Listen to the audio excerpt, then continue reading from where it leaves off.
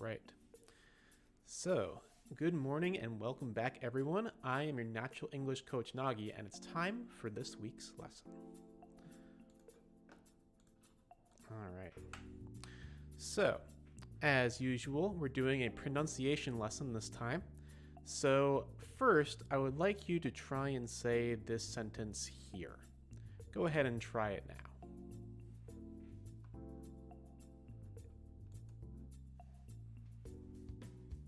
Okay. Come check out this cute tune I found on YouTube. So my question is, do you know which words are going to be difficult to pronounce? I've chosen certain words to study for today. Which words in this sentence are the ones that are going to be difficult? What do you think? So, the words that are going to be difficult are tune, cute, YouTube, especially the tube part. So today's lesson is going to actually cover 3 pronunciation topics instead of 2, like usual, because these pronunciation topics are a little bit smaller and they don't affect as many words as you might see with stuff like the th sound or the L and R sounds. Those cover a lot of words and are very important. These ones are good to know, but there aren't that many examples, so we're going to do 3 of them today. So let's look at these 3 words. Go ahead and try to say the left word now.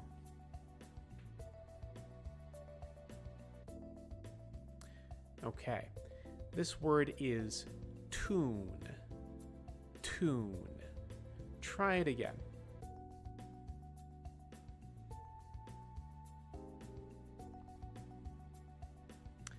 All right, now go ahead and try the middle word. Try saying that word now.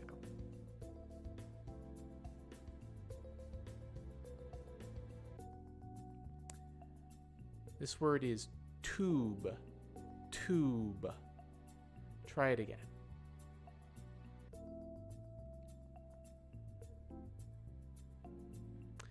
All right, and our final word on the right. Go ahead and try this word.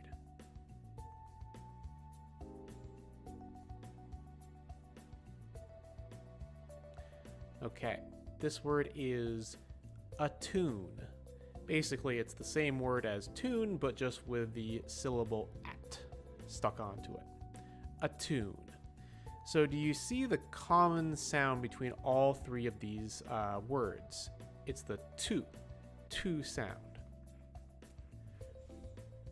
So, why are we focusing on this sound, the to of tune and tube and attune? Why are we focusing on this sound? Well, because sometimes Japanese speakers of English will, instead of saying the sound to, will pronounce it as chu. So instead of tune, some people will say tune or tube or attune. Attune sounds like somebody sneezing, like achoo, right? It's not the way that we want to say it. However, it is important to note that we're talking about American English here. And actually, this sound is pronounced differently in different versions of English. So in British English, you might hear somebody say tune or tube or YouTube, stuff like that. So it all depends on what style of English or what dialect of English you're interested in speaking. If you're speaking British English, then that's fine, but it's important to be aware of the differences, especially depending on who you're trying to be understood by, right? So as you probably know, when you're speaking English in Japanese, and especially when you're trying to pronounce katakana eigo or something like that, there isn't a natural to sound, right? Instead, it generally changes to chu. Other examples are when you're trying to pronounce the syllable t. And again, there isn't really a similar sound in Japanese naturally. So T tends to change to chi. For example, a very common word that you use is chimu, chimu, or in English, team, right? Team versus chimu, right? So you can see that there's actually a big difference in pronunciation there. And that's why we're practicing this. All right, let's try these sentences now. Go ahead and try saying the top sentence now.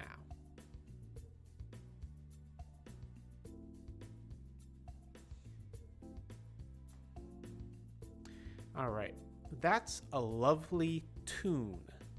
A lovely tune. Or if you are speaking British English, maybe that's a lovely tune, right? Boy, I hope British English speakers don't get mad at me for that, but whatever.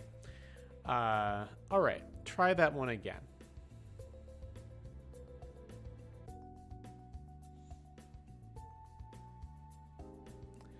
Okay, now go ahead and try the middle sentence now.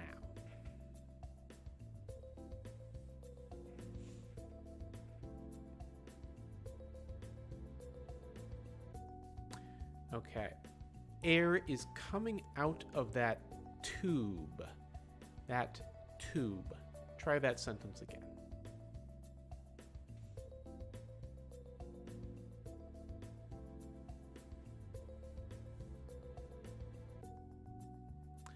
All right. And finally, try the bottom sentence now.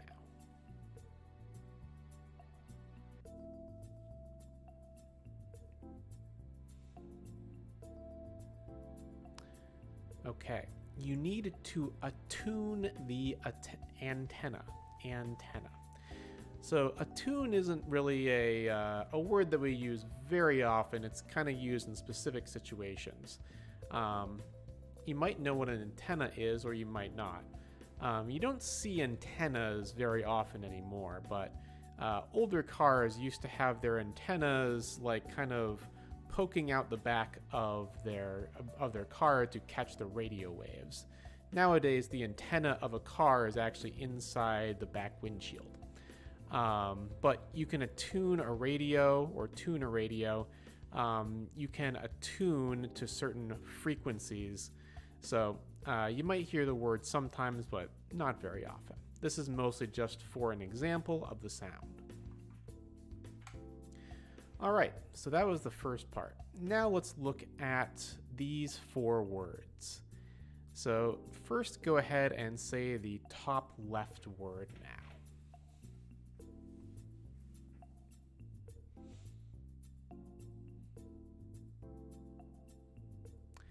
All right, this word is cute. Cute. Cute. Try it again.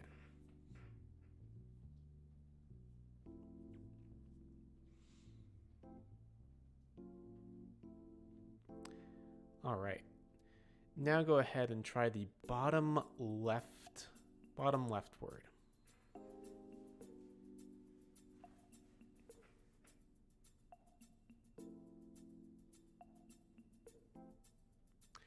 All right, this word is humor. Humor. Try it again.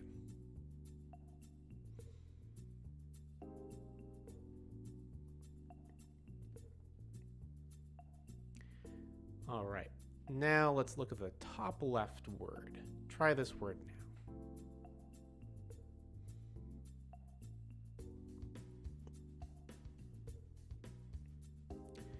This word is pure. Pure. Try it again.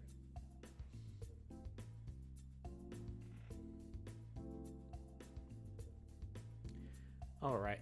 And of course, finally, we have the bottom right word. Go ahead and try that word now.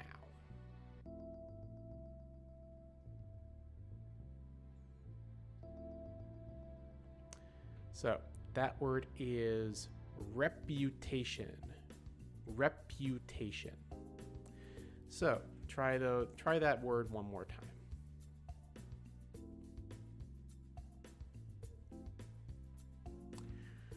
All right, So, what do you notice about the sounds between these four words? What is the sound that all four of these words share? You might notice that in many cases with English and many other languages, these words have a sound that is not represented by the letters in how they're written, right? There seems to be a missing sound that you can hear. Cute, humor, pure, reputation, right? You can hear that. So this is what I like to call the hidden Y sound. As you can see, the U isn't just a U sound, it's a YU sound. The Y is not part of its spelling, but the sound is still there. So if that Y sound wasn't there, instead of cute, you would just hear coot, which doesn't make a lot of sense, right? So it's cute. Instead of humor, it's humor, right? With that YU sound. Instead of purr, it's pure, and instead of reputation, it's reputation. So there are a bunch of words, several dozen at least, that have this hidden Y sound that comes when there is a U sound in the middle of a word, right? These are just four of them. I can't really list out every single one, but it's important to know that they exist because sometimes, especially if you're reading the word from a piece of paper or a book, you might accidentally pronounce this word wrong. I think pretty much everybody knows the English word cute and knows how to say it, right? But more difficult or less seen words like reputation or humor, it's important to know how to pronounce those. All right, let's try these sentences now. And as usual, if there is a word in the sentence that is not our focus word but has the same sound as it, I'll usually put it in italics, which is the little kind of slanty words right there. The first word the first sentence has a very tricky word in it, and I want to see if you can say it correctly the first time, but don't worry if you can't. So go ahead and try reading the first sentence now.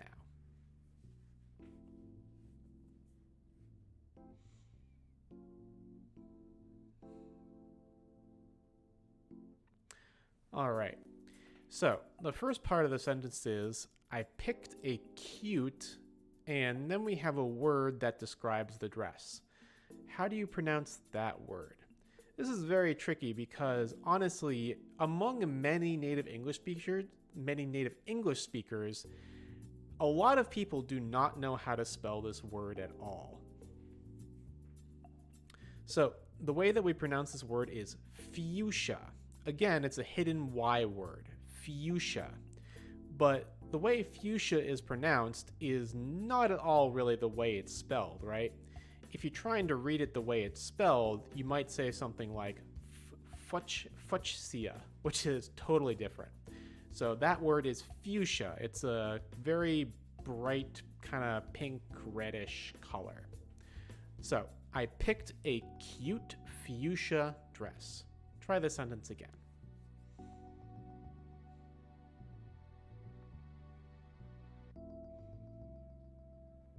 All right, let's look at our middle sentence now. Go ahead and say this sentence.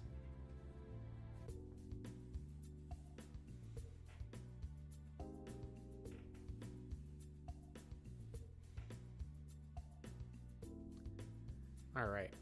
He has a reputation for being very pure. A reputation for being very pure. Try it again.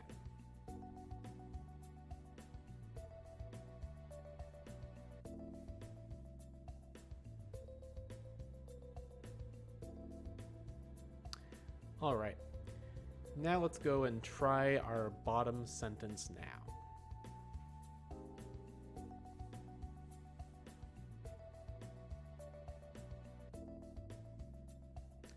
Okay. I don't understand that kind of humor. Humor. Try it again.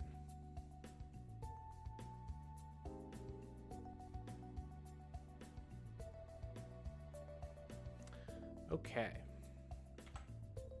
So, on to our last pronunciation point of this lesson. This is one that we might have covered sometime a few months ago in an earlier lesson, but it's definitely important and worth bringing around again. So, let's check out these words. Say first the top left word.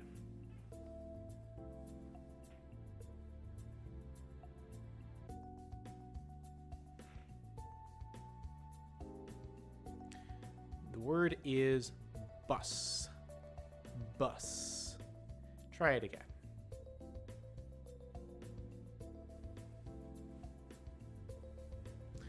Okay.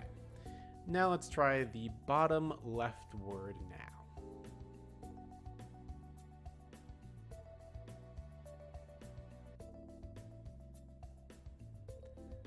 All right, that word is come. Come. Try it again.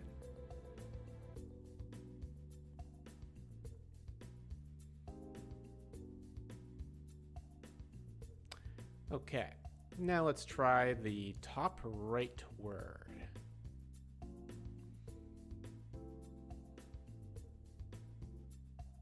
That word is luck. Luck. Try it again.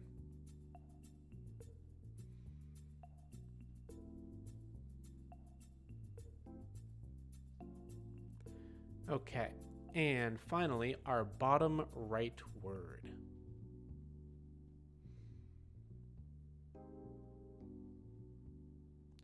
Our bottom right word is country.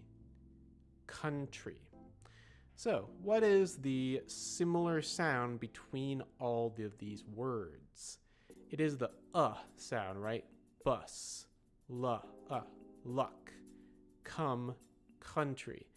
For bus and luck, this sound is represented by the U letter, and for come and country, it is represented by the O letter. So this sound can actually be represented by, honestly, almost all of the vowel letters, I think. This particular sound is, you might hear it be called the schwa sound. And I think like I said, we might have talked about this in an earlier lesson at some point. But I think it's worth showing you where the difference between the usual Japanese sound is and where the natural English sound is for this particular pronunciation. So with bus, of course, you're going to say basu, basu in Japanese, right? That's a stronger sound than we want. Basu. We want bus. So the Japanese sound is actually deeper back in the mouth than the English sound is. So you don't have to worry about all the different symbols and letters on this chart. This is basically a chart that professional linguists use. And honestly, I don't actually know every single letter on this chart myself. So don't worry about that too much. And this is mostly just an image to show you where the sounds should be in your mouth in general. So in this case, you need to make the sound come a little bit closer towards the front of your mouth. So, Try that sound. Ah for the Japanese, basu, ba. You can hear it back more in your mouth.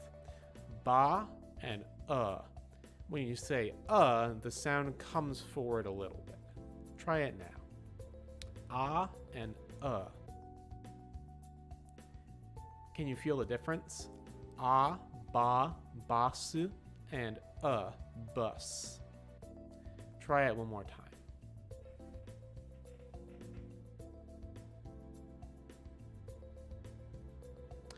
All right. Let's look at our sentences for this pronunciation point. Let's go ahead and read the top sentence now.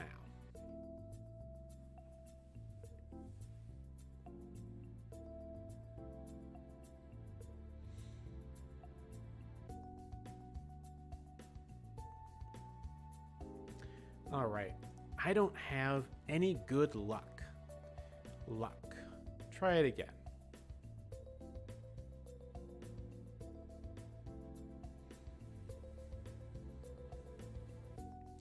Okay, now let's look at the middle sentence.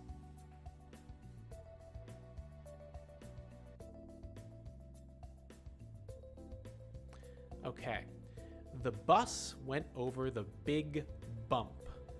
Bump is another one with the same sound. All right, try the middle sentence again.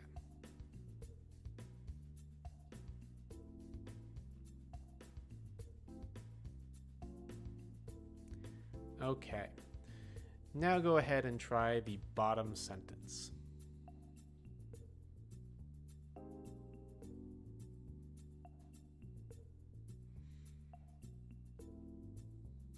Okay, please come to my country soon. Come to my country. Try it one more time.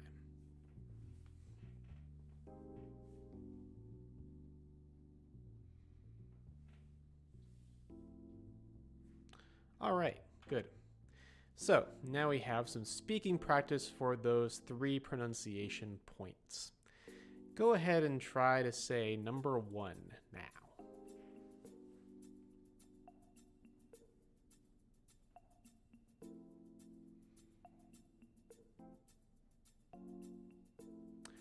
Okay. Their country has a reputation for kindness. Their country has a reputation. Try it one more time.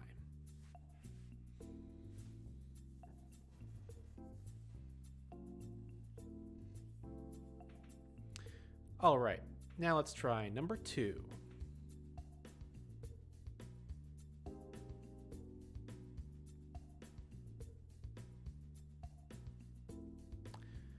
Okay. I can't understand the humor in that tune. The humor in that tune. Try it again.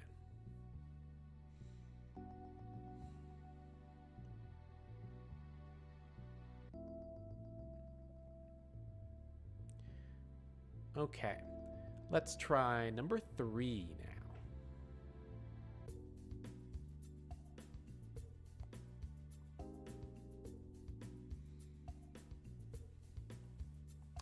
Okay, I put my swimming tube inside the bus.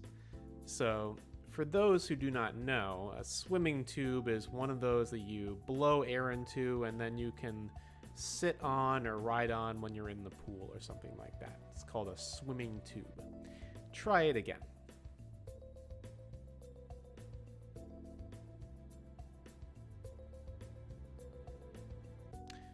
Okay. Now let's try number 4. Try saying number 4 now.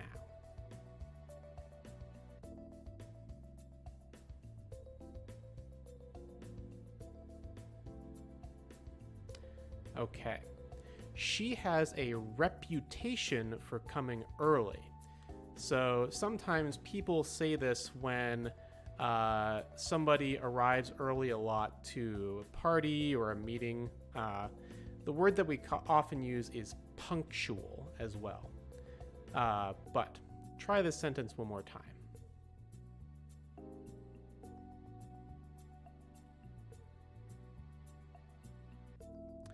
All right, nice job.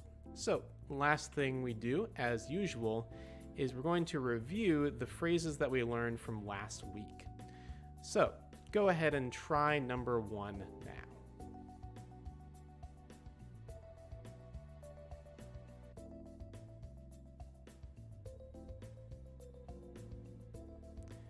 Okay. The meeting is in 10 minutes. I'm feeling the pressure. Feeling the pressure. Try number 1 again, one more time.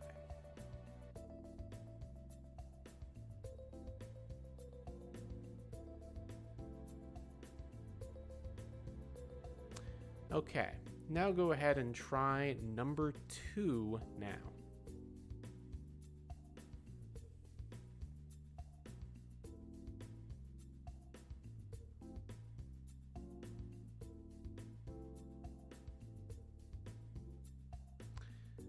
Okay. You're being too loud. Please tone it down. Tone it down. Usually when somebody says tone it down, that means please be more quiet or please stop acting so crazy, right? Go ahead and try number 2 one more time.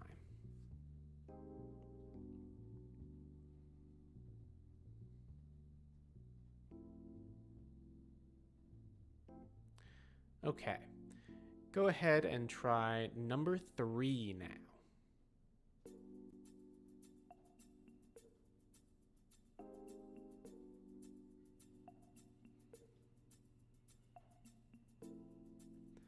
All right. When she gets wound up, she talks too fast. So if a person is wound up, that means that they're really high energy or maybe they're really nervous, right? So if somebody is wound up, sometimes somebody will tell them, hey, tone it down, right? It's kind of like saying, hey, relax a little bit. Go ahead and try number 3 now.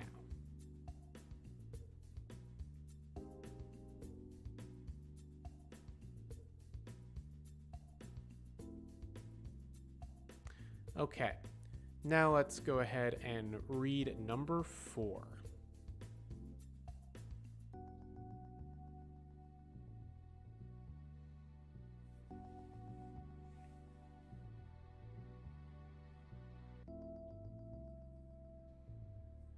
Okay, you look exhausted. You're pushing yourself too hard.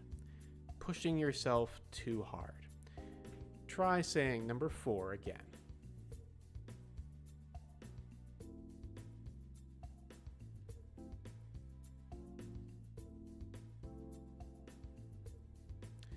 All right, and let's go finally to number 5. Try saying number 5 now.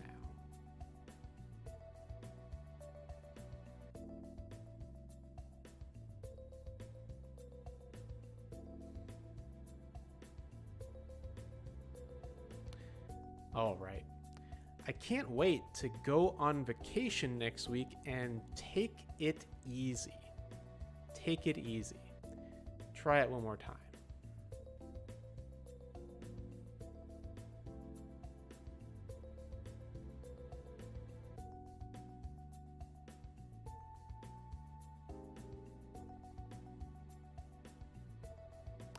All right, nice job. So that's another lesson wrapped up. As usual, all of the past lessons are still on my YouTube channel, so if you ever miss anything or you just want to go back and review, you can go back and watch those videos at any time. And also, please make sure to like and comment and subscribe to the channel, because everybody who does that helps me make more videos in the future. And aside from that, let's see. Yeah. Oh, also, if you ever want to comment on the live stream or on one of the videos in the past, I can answer your questions directly in the video, or I can answer your questions from one of the previous videos directly. So anytime you have a question, please feel free to ask. All right. Thanks for watching, and I'll see you next week.